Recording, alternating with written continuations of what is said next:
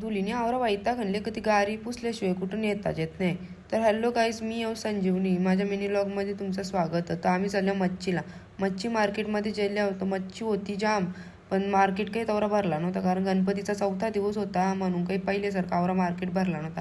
तरी पण आम्ही घेतली तिशा कोलबी, आणि कोलबी तर आम्हाला आवरी भारी दिली, ती सांगूनच फायदा नाही. आम्ही तशी 2घच जण असता, आवरी काही मच्छी आम्ही घेत नाही 2 जण. तर आम्ही मच्छी जेवून निघलो होतो. आम्हाला तिथं रस्त्यानं इटलीवाला भैया दिसला. दिसल्या माझा नवरा बोलते मला इटल्या खायच्या. त्यांचा लगेच विचारायला इटल्या खायचा.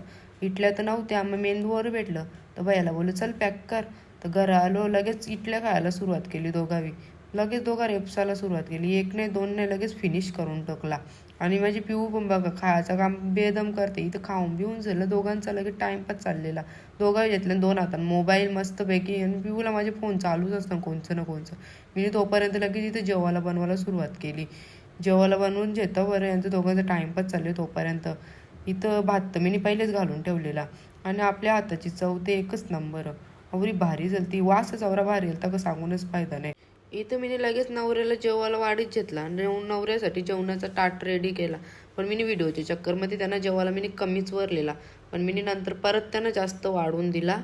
आणि इथं माझ्या नवऱ्याचं तुम्ही रिॲक्शन बघाच बाई, आपले हाताची टेस्ट जावरी भारी सांगूनच फायदा नाही.